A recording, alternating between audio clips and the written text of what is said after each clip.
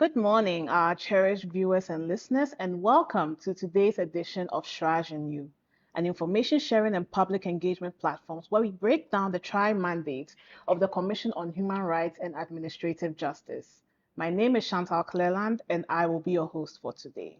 So we are currently streaming live from the head office here in Accra on Facebook Live at Chraj Ghana, where we invite you to engage with us by leaving your comments, your opinions, and your questions.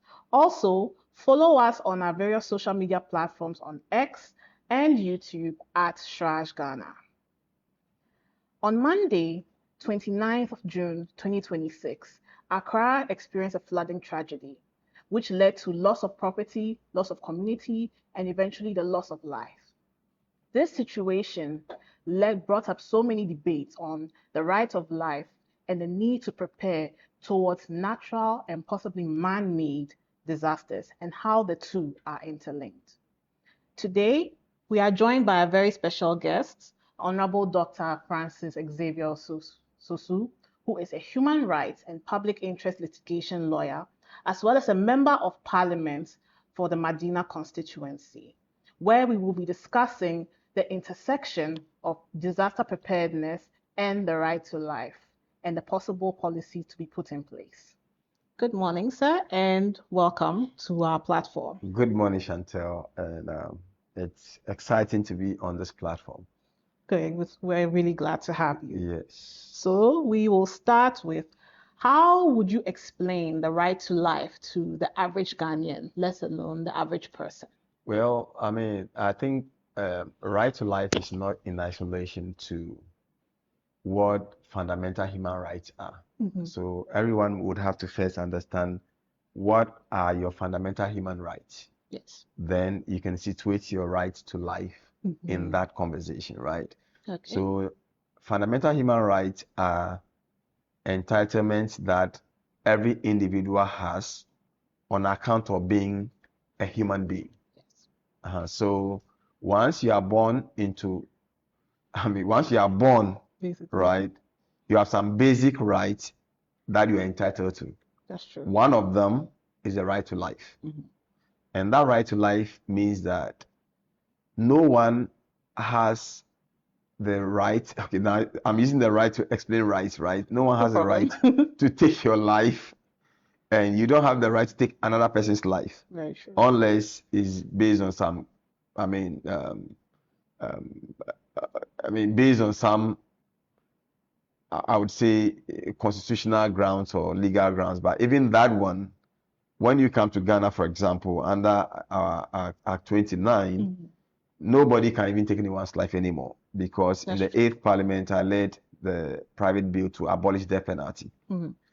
So under Article 3 of the Constitution, the only basis for anyone taking anybody's life is when they said treason, right? But even that one, for the past 30 years, we haven't used that law.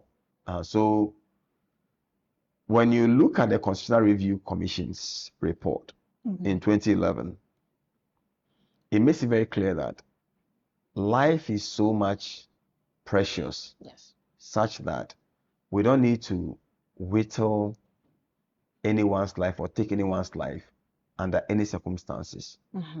So the right to life means that everyone has a right to live. Yes. And no one has a right to take anyone's life. And so, and then when you talk about that within the broader context of human rights, you're talking about the right holder, who is a citizen who has a right to live, and then the duty bearers, which is like the state that has the obligation to ensure that you live. Yes. So essentially, that's what I would say is what right to life generally means. And that is guaranteed by Article 13 of the Constitution of Ghana. So everyone has a right to live. Yes. I totally agree. Thank you so much. Now, regarding the situation at hand, in what ways do you believe we can integrate human rights standards into disaster preparedness to ensure the right to life? Well, I think that, like I explained earlier, once the state remains the duty bearer when it comes to ensuring that the right to life are protected. Mm-hmm. It is a state's duty to ensure that we arrange, whether it's infrastructure or policies or laws, that ensures that people's lives are protected.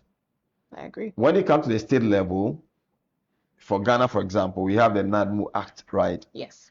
And then the NADMO Act is supposed to ensure that disaster preparedness, risk assessment, ensuring that you manage, disaster when it occurs. Mm-hmm.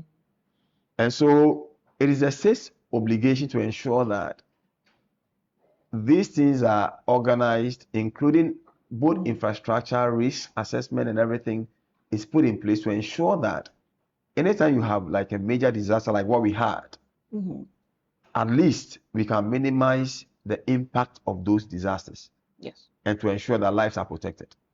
And when we talk about right to life within this context, it's not limited to only NADMO. Really, it extends to whether you have adequate hospitals, adequate safeguards. Assuming you have like a big, it's not only floods. We are experiencing floods now. Yes. But assuming you have like earth tremor. Yes. Or we have like a volcano right now. How prepared are we as a nation to ensure that we can reduce the impact or the effect of all those disasters? Yes. That is what the states will be must be concerned about. Yes. And for me, when we talk about the state's preparedness for disasters, or integrating human rights into preparedness for disasters or protection of human rights or human life, that is what it means. To what extent are we willing as a state? And there are three things. Personnel, how prepared are our personnel? How trained are they? Yes. I saw videos of people in the floods, people who were attempting to rescue others and they themselves were being drowned away. Yes, I saw those videos, right? So how prepared are our personnel? How much funding are we giving to our state institutions? Yeah. And then how much infrastructure do we have anyway? So infrastructure, funding, personnel. Right. The state should be interested in investing in these areas to ensure that we can minimize the effect of such disasters. Okay. That is the only way we can integrate human rights into disaster preparedness. Thank you so much. I like that you made reference to NADMO and even earlier, as well as the Constitution, Article 3. This brings me to my next question. So, from the perspective of a human rights lawyer, are there specific legal frameworks or human rights treaties that Ghana as a state is obligated to? And how, in your opinion, do you believe these institutions and frameworks are being applied or overlooked? Well, there are. The challenges of Ghana is not the want of laws. We have enough legal framework. For example, when it comes to the human rights framework of Ghana, you take the Constitution of Ghana. Yes. Right? And you take chapter 5 and 6 of the Constitution of Ghana. It spells out the entire human rights framework, including the directive principles of state policy. Yes. What the state should be doing to ensure that people are protected, their lives are protected, their future is guaranteed, our cultural heritage. We have enough laws that protects that space. And not only that, it's not even the Constitution of Ghana, because now we move beyond being like a state in isolation into a global village. Yes. Where Ghana is we are a signatory to all the major treaties. Yes. International Covenant on Civil and Political Rights, the African Charter on Human and People's Rights, and several others. Yeah. And so when we talk about legal framework, we are talking about, are there laws that govern this aspect of human rights, and can people take advantage of that space? The answer is yes. We have enough legal framework. Yeah. What we don't have is even people challenging. Right now, if I were, okay, let me leave it there. But no, if I were a victim of a flood, right? Right. I would want to challenge the law by, for example, taking government to court and say, well, maybe my local assembly, right? You see, your local assembly has an obligation Yes. to ensure that your drains are fixed. Mm-hmm. So the drains are not fixed. Yeah. And then the water came into my room and took away my properties, and maybe I lost someone in the process. Mm-hmm. I'll be willing to test the law. Mm-hmm. Unfortunately, in Ghana, because of the Famanyami syndrome, Yes. there's something called Famanyami syndrome in Ghana, where when people have been violated, everybody say, oh, leave it to God. The chiefs will appeal to you. Your pastors will appeal to you. Your elders will say, oh, just leave it. It doesn't matter. And so because of that, nobody even challenges the law. But otherwise, what happened in Ghana with this flooding will be a good time for some people to say that, you know what, in my local assembly, I pay my property tax, and I expect that the local assembly will fix my drains to ensure that when there are floods, I won't be affected in the manner I was affected. Right. And take them to court or something. Yes. But I'm not sure how many people will have like the courage. Mm-hmm. We are all timorous souls. Mm-hmm. I don't foresee that. It won't happen. Or Rachel, will you want to do that? Okay. Or you are not affected by the flood. Chantel, will you want to do that? Naturally, if you feel like your general rights have been The problem violated. the problem with human rights is that, you see, every human rights practitioner would always come face to face with the law. Naturally. And you are likely to have people who are beneficiaries of the violations coming at you. Right. So if you have to take your MCE to court, the next time I'm sure that if you have a shop, then they'll come and close your shop. That's that's how it works. Yeah. Right. So it's not a very pleasant area. Yes. Yeah, it's not. It's not. I mean, once you want to speak out, people will come at you. Naturally. So many people will just Famanyami. Famanyami. The Famanyami syndrome, right? Yeah. Famanyami. Exactly. You've mentioned, like, duties and obligations regarding the state and the general. From a human rights perspective, that's what we're looking at. How does the government's duty to protect life translate into tangible actions, as in before and after the floods? Since we're looking at the concept of preparedness. So I think the government duty, as we saw in the way the president acted when the floods happened. First of all, okay, he said before and after the floods. So yes. Before the floods, you see, what many Ghanaians and many people really lose out on is the fact that the government is a central government. Right. The government works through agencies. So that's why we have all these ministries around, right? Exactly. Education ministry, local government ministry, agric, green energy and green transition. So government as a whole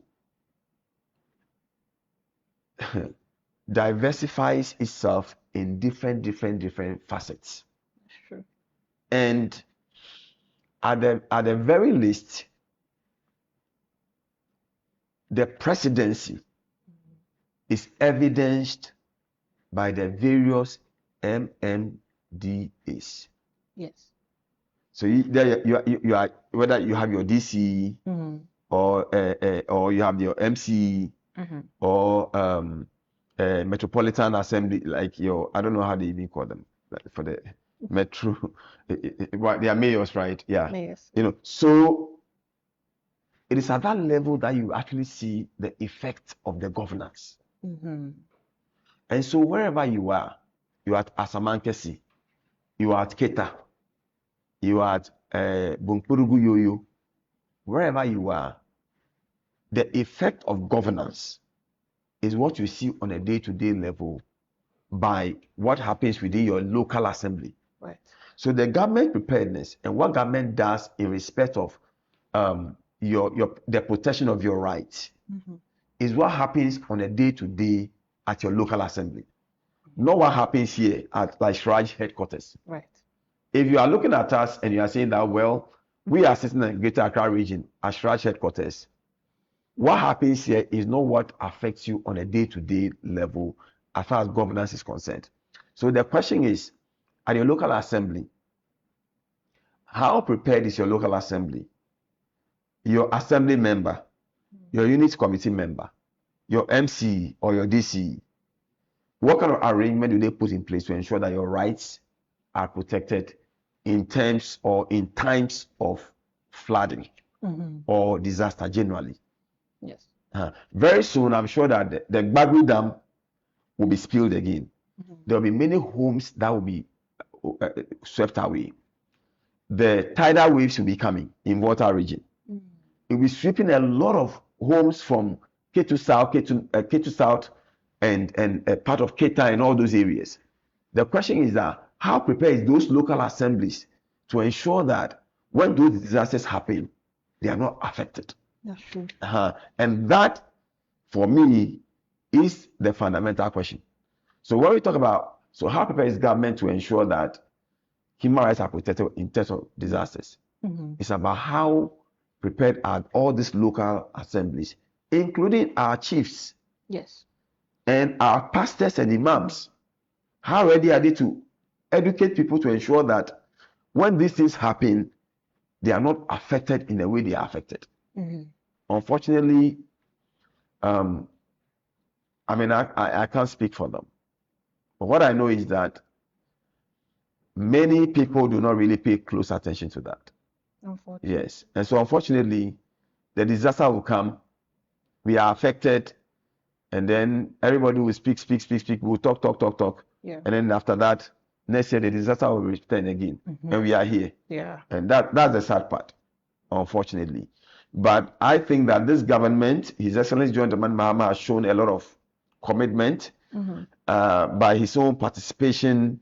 I mean, the money he voted for like victims of the disaster, and I mean, his readiness to ensure that all of us go back to the ground to clean up. Yes. These are, I believe, like positive action that shows that the government is prepared to ensure that we can whittle down the effects of the disaster. That's true. Yeah, and that is the only way you ensure that, and that is the post-disaster, activities. So we have the prior, the disaster itself, and then the post-disaster activities. And that's what I can say for that, yeah. That's very true. Okay.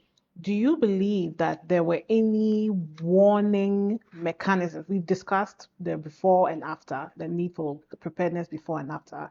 Do you believe that there were any warning mechanisms in place? And how do you believe that the systemic failure that allowed this flood to occur, what do you think was the systemic failure in question that allowed this? Well, I think that I don't remember that there was any warning sign. I mean, I didn't see any warning unless there was a warning I never see. If I didn't see it, then that's it. But who is supposed to warn who? Exactly. Because the NADMO has a duty to ensure that they prevent disaster, and their act ensures that not only do they prevent disaster, also to manage the disaster itself, right? And they are also supposed to assess the risks and warn everyone. Not only that, the Ghana Meteor, for example, the meteorological services are supposed to also scientifically assess what is happening and warn everyone. But we can't blame them, because see, the issues of climate change today, they are very complex. Yeah. And water disaster is not limited to Ghana anyway. That's true. Yeah. I mean, I've watched videos and clips of, I mean, the tsunami in areas like yeah, either yeah, I mean China, Taiwan. You've seen the tsunamis. Then these are natural disasters. What in law we can call our force majeures, right? It's they are acts of God. So it's not like God punishing anybody, but like that's how we call it in law. They are acts of God. It's so difficult to predict such disasters sometimes. And so you can't blame and say Ghana Meteo. If they are radar, they could not predict it. Unfortunately, we are sorry, they couldn't predict it. Right. But it doesn't take away the obligation on the states to ensure that we have the appropriate mechanisms, equipment, the human resources, the technocrats that will be able to assess these areas and at least warn us ahead of time. I don't think that it would be too far-fetched to say that Ghana Metro should be able to tell us that, look, you know what, we are going to be having this amount of water or this amount of rain this time, and so every Ghanaian or everyone should just be cautious or something. Yeah, but unfortunately, we didn't have. I don't think we had enough warning signs. Yes. That I agree. This leads me to my next question. How can we balance the short-term emergency aid along with long-term strategies to curtail such disasters? You know, emergency aids are what we call it like the charity model. Right. Right. And charity models have not solved any problem. It's like you begging for alms and somebody coming to give you, instead of teaching the person to fish, you come and give the person fish every now and then. If all the time we are waiting, like for example in Madina, my constituency, right, I took the time to go around when the flood came, and guess what? There were many homes that were completely shattered.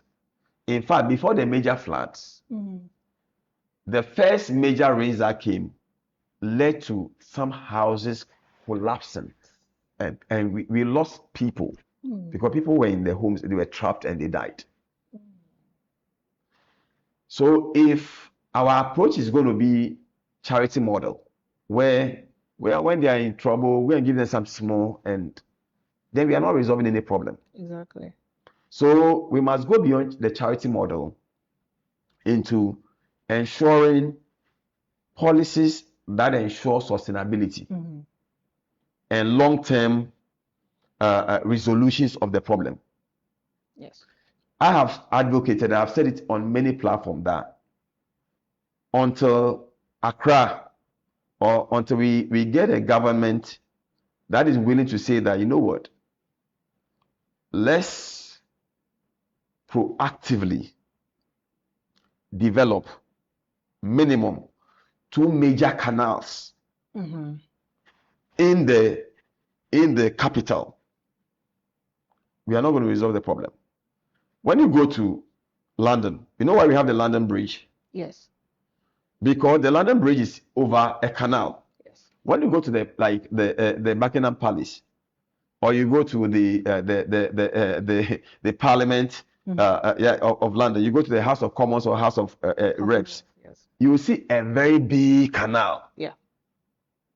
When you go to Dubai, go to Abu Dhabi, go to Doha, all of them have like extremely big canals within the city. Go to Philadelphia, go to Houston, just travel and see. Right. So in Accra, we don't have any canal. So for example, look at my constituency. It's beneath the 𝐾𝐈𝐿 regions, right? Yes. So it rains at the top there, and all the rains will come from the mountains towards 𝐈𝐍𝐻𝐿. Where is the water going to? Exactly. Our homes. And so as a country and as people, there must be a political consensus as to what we must do. Because when the government decides that we want to do those canals right now, what it means is that break hopes. Break hopes. Yes, you're going to break people's houses. Yeah. Yeah. So how many of them will be willing? When I discussed with somebody, like, oh, if you want to be a one-term president, I said, well, if you want us to always do this politically, then we are not going anywhere.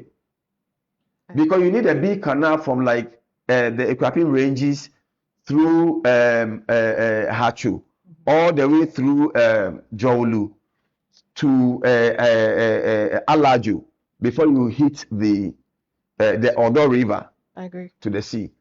And you need one more that will from either from the east to the west of Accra.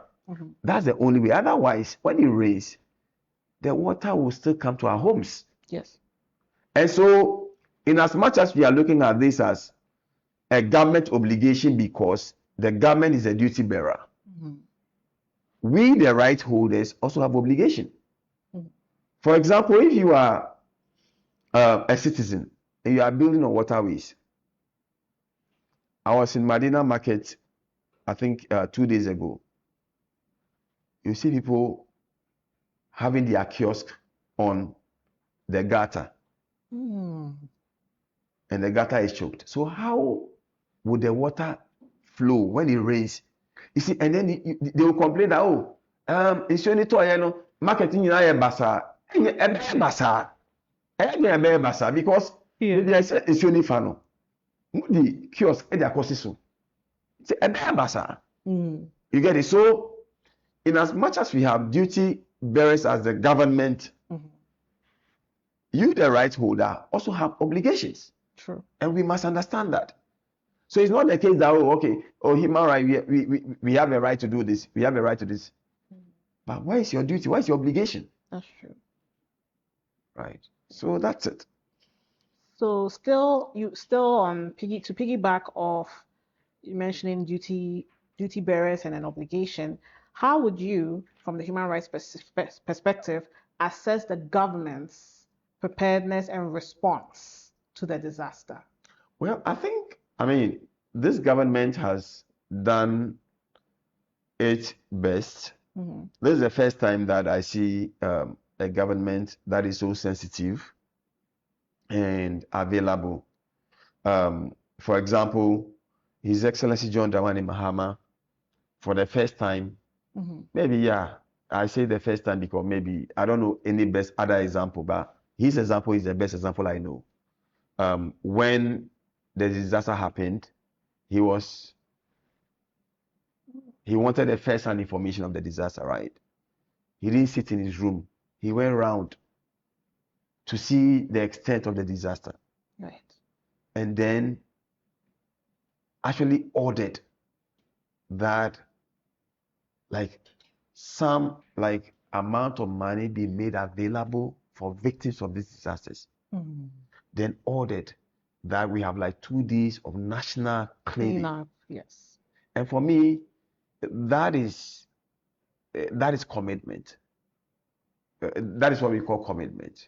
And so I think that His Excellency the President has been so committed to if you want to talk about government's preparedness, there are always politics will come inside.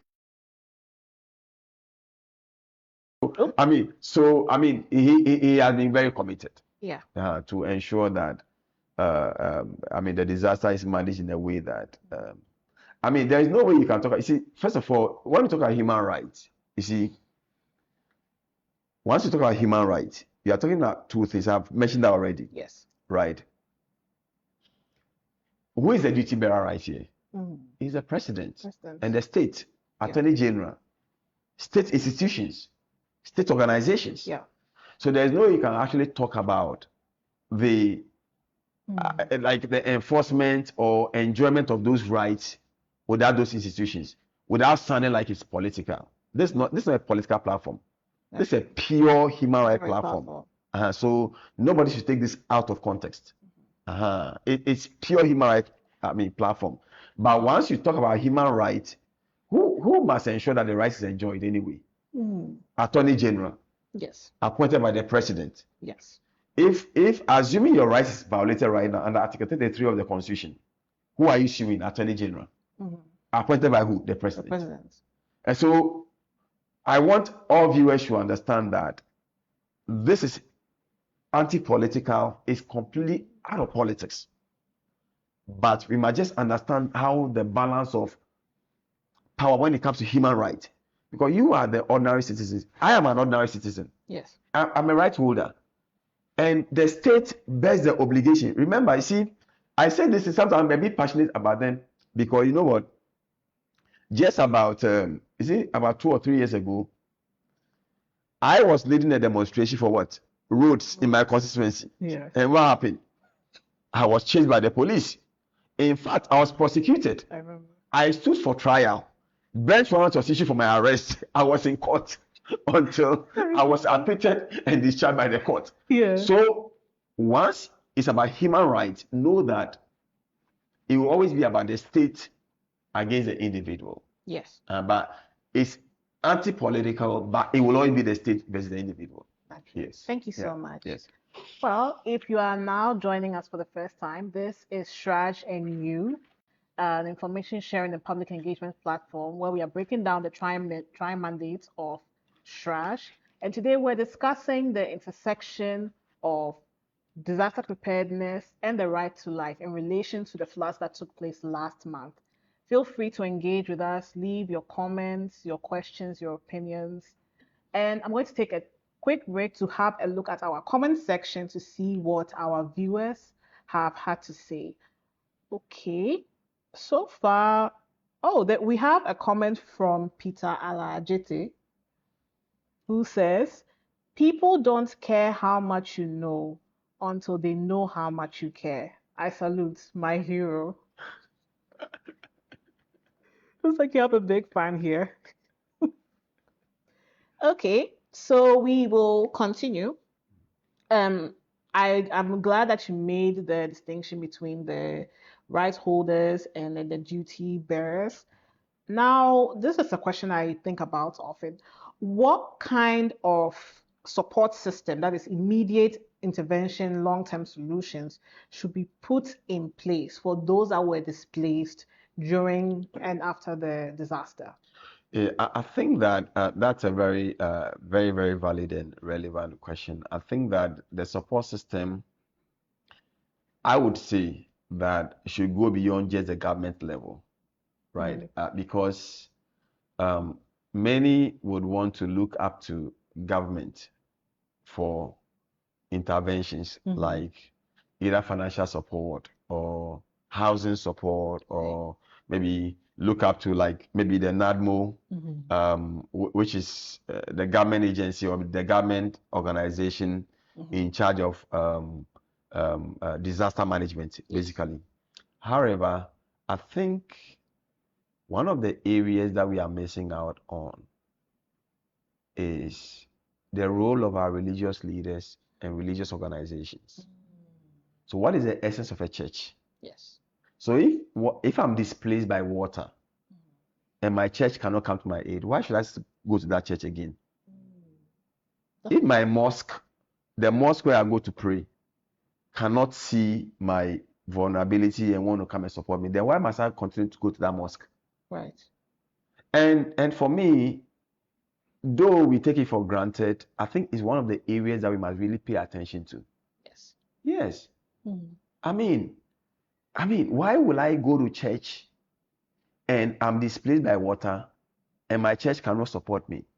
Why should I continue to be in that church? I understand. No, so you see, and sometimes it's a bit disheartening because it's easier to point our fingers to like government. Yes. And say, oh, my MP didn't come to help me, or government didn't come to help me when I was in this problem. But my question is about how about we ourselves? Yes. How ready are we for each other anyway? Right. So I think that the immediate support should come from, of course, family, church, mosque, then, of course, the government. And government in this sense doesn't mean necessarily a central government, right? Because where the floods occurred, are all in local assemblies. Right. So when it comes to Madina, for example, we have victims of flood. Yes. And we have our NADMO coordinators who are working with us to ensure that we reach out to them. Mm-hmm. I have personally reached out to people.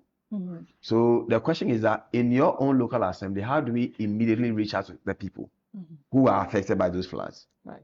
That is the question we should ask ourselves. It's easier to say that, okay, I'm at Abia, I'm in Kumasi, I'm waiting for governments from Accra to come and support. No. So the immediate support is the immediate support system, social support system that we have. So for me, that is what we should look at. That's what we should look at. I agree. The only time you want to be looking at the government level and things is when there are real breaches of like your rights, in which case, under Article 33 of the Constitution, you want to come to court to enforce those rights. Yes. But otherwise, when people are in problem, I mean, there's a disaster, we should be able to help each other to resolve those matters. I agree. Thank you so much.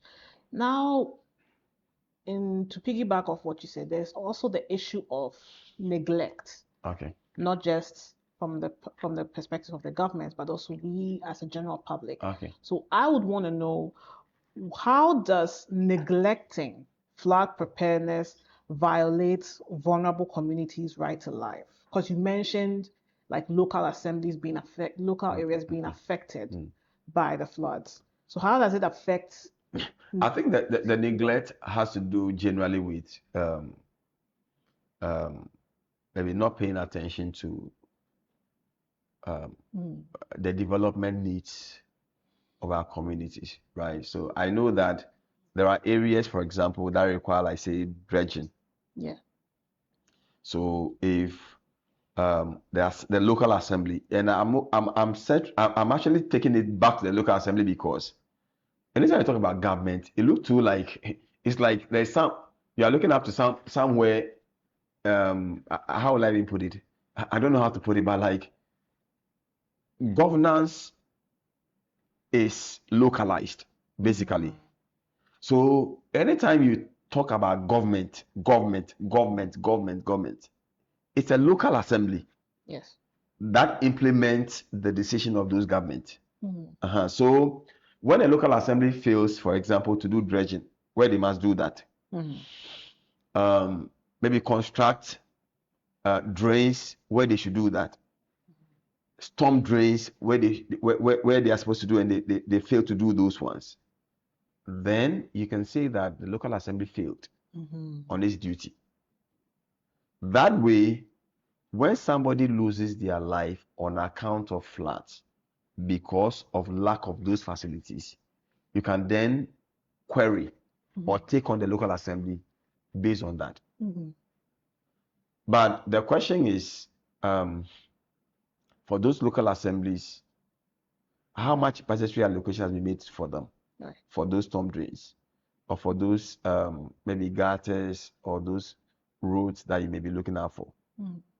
So the intersection is a bit complex.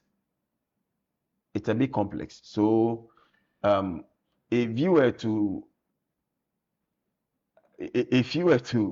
unfortunately, you can't even establish a course of action, like legally. Yes. You can't establish a legal course of action. Well, you may make cases that maybe because the local assembly has not made this road available and all that, that's why I lost my life, or that's why I lost my property. But when you go deep into this country, Ghana, yes, much of what happens are human activities. Yes. Yes. People building on waterways, people building unapproved areas, and sometimes I sometimes I get so worried. The reason is that somebody will call you and say that, oh, honorable, the water affected me, and I'm like, where did you build? I mean, like, I mean, let's be so honest with each other. Mm-hmm. When you are going to rent a place, or you're going to build, or you're going to buy that land, Yeah. you didn't come to Honorable to come and say, Honorable, I want permission to go and buy this land. Mm-hmm. And yet, when the water is taking you away, you are blaming Honorable. That's fair. So, That's understandable. And I like that you mentioned, areas of renting and looking into because it leads me to this question. What measures can be put in place to ensure that future urban development plans consider flood risks and prevent similar disasters? I ask this because in lieu of the disasters, there are people who have come forward mostly on social media and say that I live in this area, but I wasn't affected. However, we've seen videos of people practically drowning in their areas. So what measures in terms of urban development, like, for example, Chado, for example? I get you.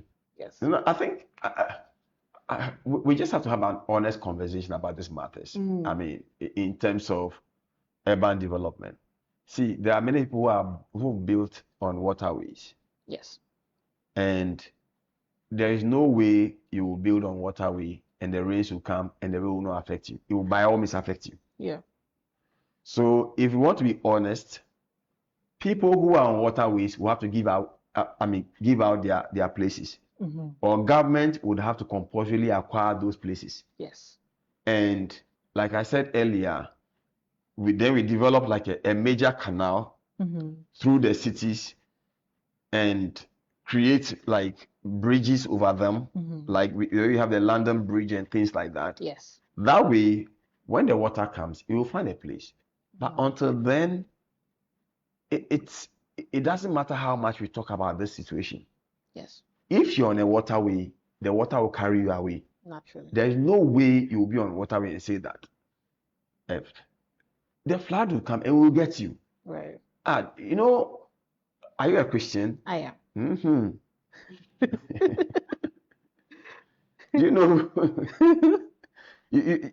when we're kids, the song they taught us in Sunday school. The wise man. You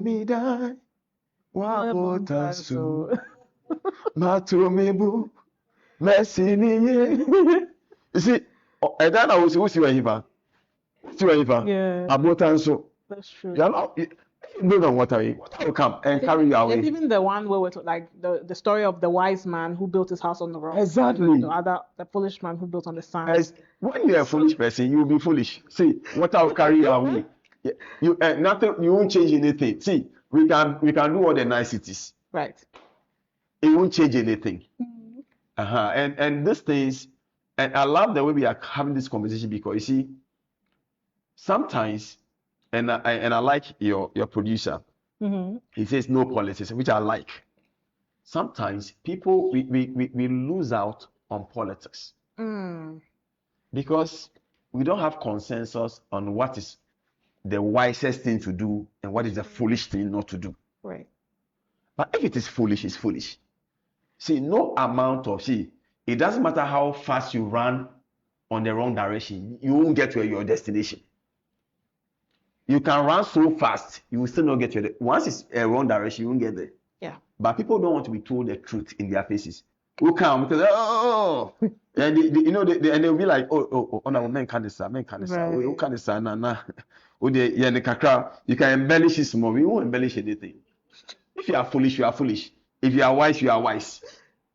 So that's how it is. So please, I mean, you have your rights, fundamental rights. You can have a right and you go and die.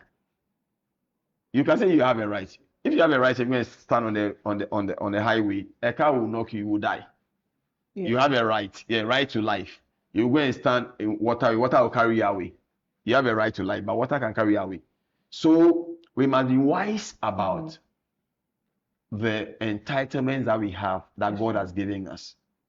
The state has an obligation to protect us. Yes. But you see, the first duty you owe to yourself and the first duty of survivor, right, is self-protection. Self-protection. Because if you don't protect yourself, you will not even be alive to even tell your story. That's true. You'll be gone. Self-preservation is the first duty to yourself. Right. And that is so fundamental when it comes to protecting your right to life. So it's so important. If the water is taking you, it's you alone that water will take away. I saw the videos. It's sad, but some of them, what can we say? If you go and rent a place in a waterway, what can we do? The water will carry you away. Later we'll do your funeral, and then you're able to now. That makes sense. Yes. So you mentioned like I love the points that you made. Now we also have to look at it on a community level because Okay. communities are affected. What would you say? How can, in your opinion, communities themselves be empowered to uphold the right to life? I think that every community, okay, so communities are led by people. They have community leaders. Either you have a chief, assembly member, a unit committee member, or maybe general, just a community leader or something. Yeah. Right. It is the duty of the communities themselves to ensure that, one, where they are situated is not on waterway. If you're a community on waterway, then you should be able to know that during rainy seasons or times that potentially could be disastrous in terms of disasters, you educate your people to take caution. For example, I gave earlier on an example of the 𝐷𝐵agri Dam. When it's time for the 𝐷𝐵agri Dam to be spilled, it's important that all those communities in the north that will be affected by the 𝐷𝐵agri Dam, they can quickly announce and ensure that we migrate those people to safe grounds. That should be a community outreach, right? Yeah. When the tidal waves come in the Volta region, for example, we should be able to quickly move our people into safety whilst we wait to deal with the matter. Right. And that is a communal duty. And so, how do we empower the community? I think it's through education. Naturally. Yeah. And that education must come through either NCCE or other government communication outlets. And of course, what we're doing here, because the 𝐻RAJ also has an obligation to ensure that if we want to, as Commission on Human Rights and Administrative Justice, if we want to safeguard the right to life of people in disaster times, then educating them to know what to do in times of disaster is so critical. And I think that is part of what we're doing right now. Yeah. Yes. Thank you so much. For those that are now joining us, this is Chraj And You, an information sharing platform. We are breaking down the mandates of the Commission on Human Rights and Administrative Justice, Chraj, and we are currently talking about the intersection of disaster preparedness and the right to life. That is in reference to the 29th June floods that took place last month. So feel free to send in your comments, your opinions, your questions. And I think we have one extra comment here from Priscilla Na Akle Okante-Plange. So this is what she had to say. The government of Ghana should pass a law requiring every residential, commercial, and industrial property to have a standard gutter or drainage system in front of it. If you can build a house, you should be able to construct a gutter or drainage in front of it. Some areas are already doing it, which is true. At the end, these gutters will connect just as walls connect, won't they? This will help reduce flooding, improve sanitation, and encourage property owners to maintain the gutters in front of their premises. The enforcers of this should be the NADMO, as you said, NADMO, and also the Assembly. In addition, National Sanitation Day should be made mandatory and observed once every month to promote cleaner and healthier communities. Do you agree? Absolutely. Now, the issue is that, I mean, I always wonder why someone can spend say $250,000 or $300,000 to build a house, but doesn't want to fix a gutter in front of his house. Right. That makes sense. So I am not, I wasn't okay, let me not say it like that. Like most of those estates that were flooded, Yeah. let me put it blunt.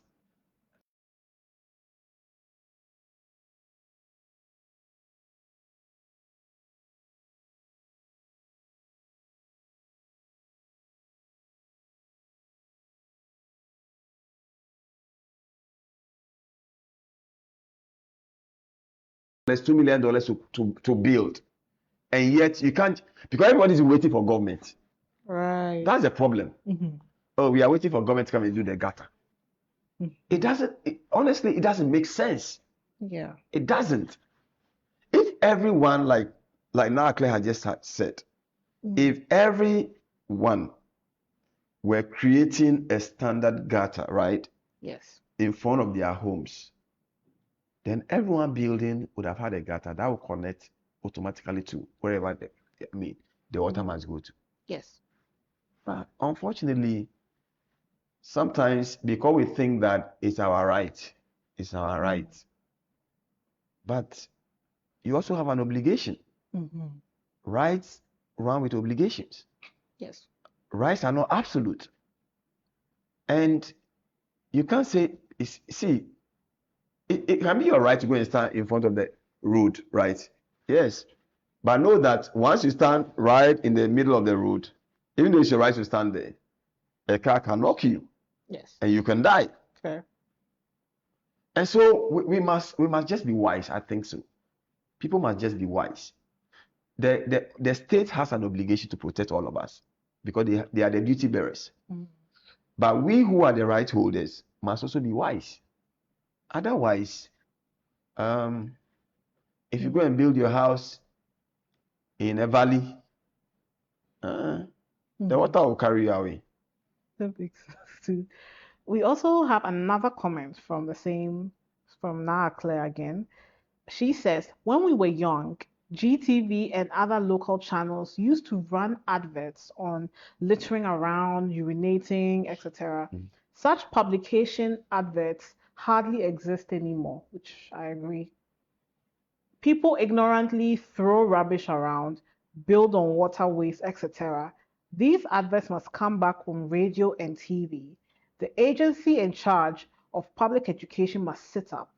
MPs and assemblies are the ones called by constituents when disasters arise. But what about our prevention measures? Our agencies must do their work to prepare the minds of people in preparing of disasters. Looks like now Claire is really following this Yes. conversation tightly. Yes. I mean, I agree.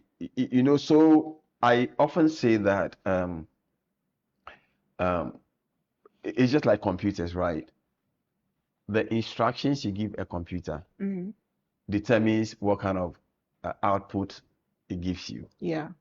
Like an AI, right? The kind of instruction you give to an AI will determine what kind of information or responses the AI will give you. Yeah. So many are asking the right questions, but to the wrong people. Right. And that's why people they'll call upon MPs and all that. When there are agencies mandated to do both the education and to ensure both the education and to ensure that and ensure enforcement.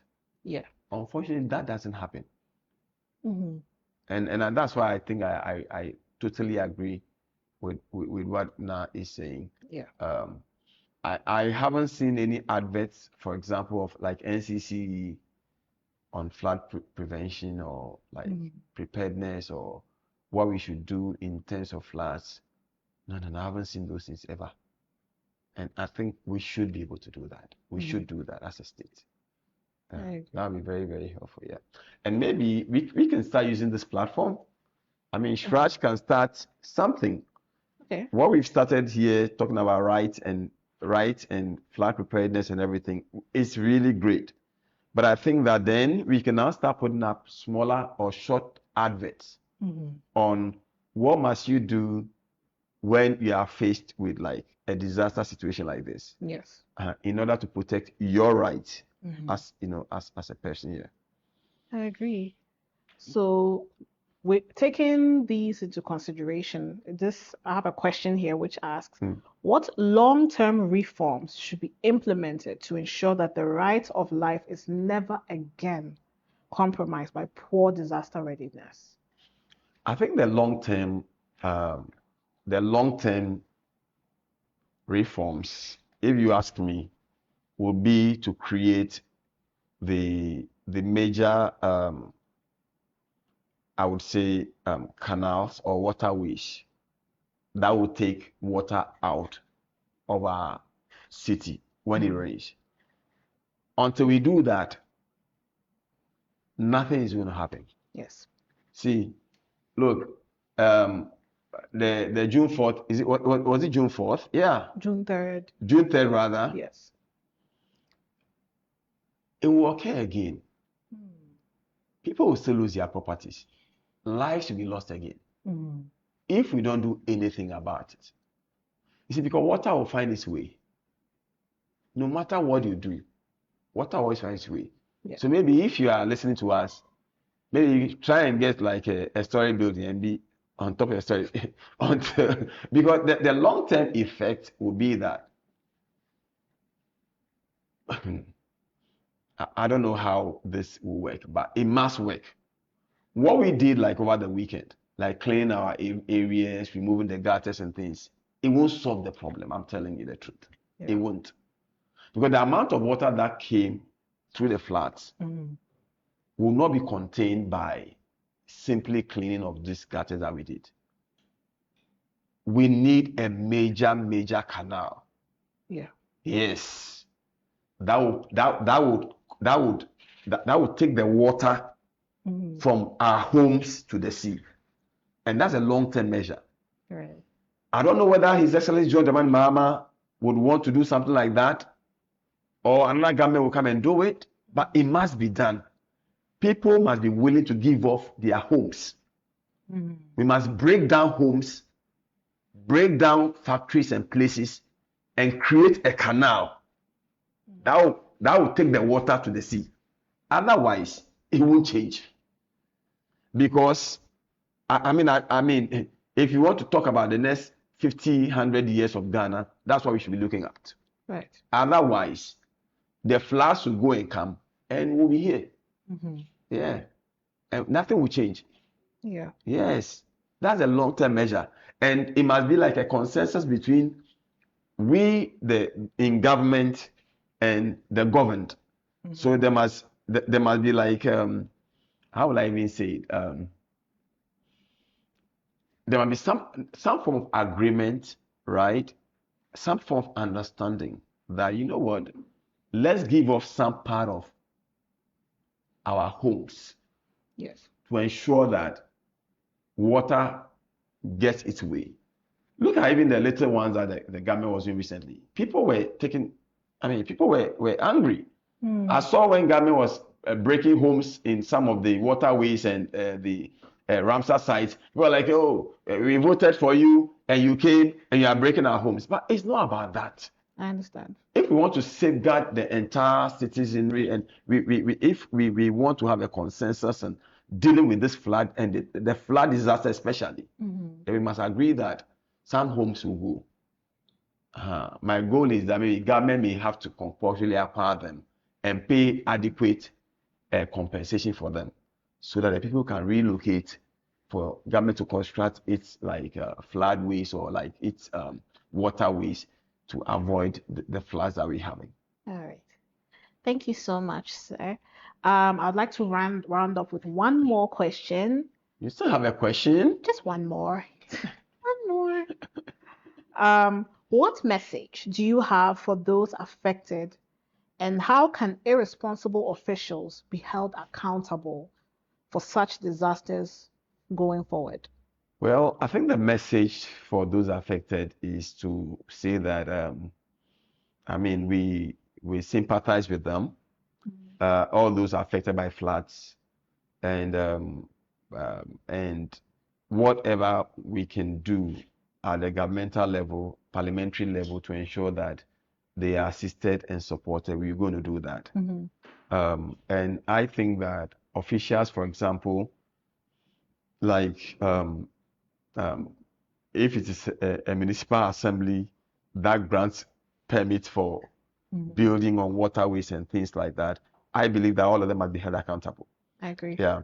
Anyone who has given permits for building on waterway must be held accountable. Yeah. And I believe when we do that, then it would basically prevent other people from, or deter them from, granting permits for building on waterways and things like that.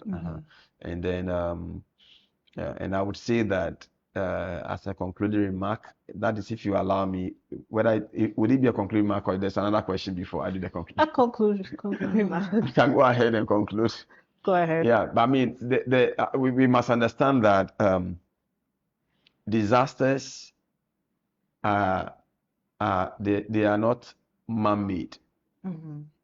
They are natural, but their effect can be aggravated due to human activities. And so the rains will come, fires may come, earth tremors may come, but the effect of all these disasters are dependent on how prepared we are as a people. Yes. And I believe that in Ghana, that's why we have the NADMO, who are supposed to assist us with disaster prevention and preparedness and so on and so forth. But the best prevention is you yourself. How prepared are you as an individual? So if you go and rent, do you do an assessment of where you are renting? If you are buying a land and you are building, have you done a personal assessment of where you are actually buying the land from, where you are building? Right. And if where you are going, you know for sure that will be affected by floods, why would you go there? When you know for sure that that area is a marshy area or is a waterway. So please, it's a collective responsibility. Government has the ultimate duty to ensure that your rights are protected. But you as an individual has an obligation to yourself to ensure that you also enjoy your rights. Thank you. Thank you so much, Honorable, for being here with us today. And we hope you enjoyed today's edition of Chraj And You.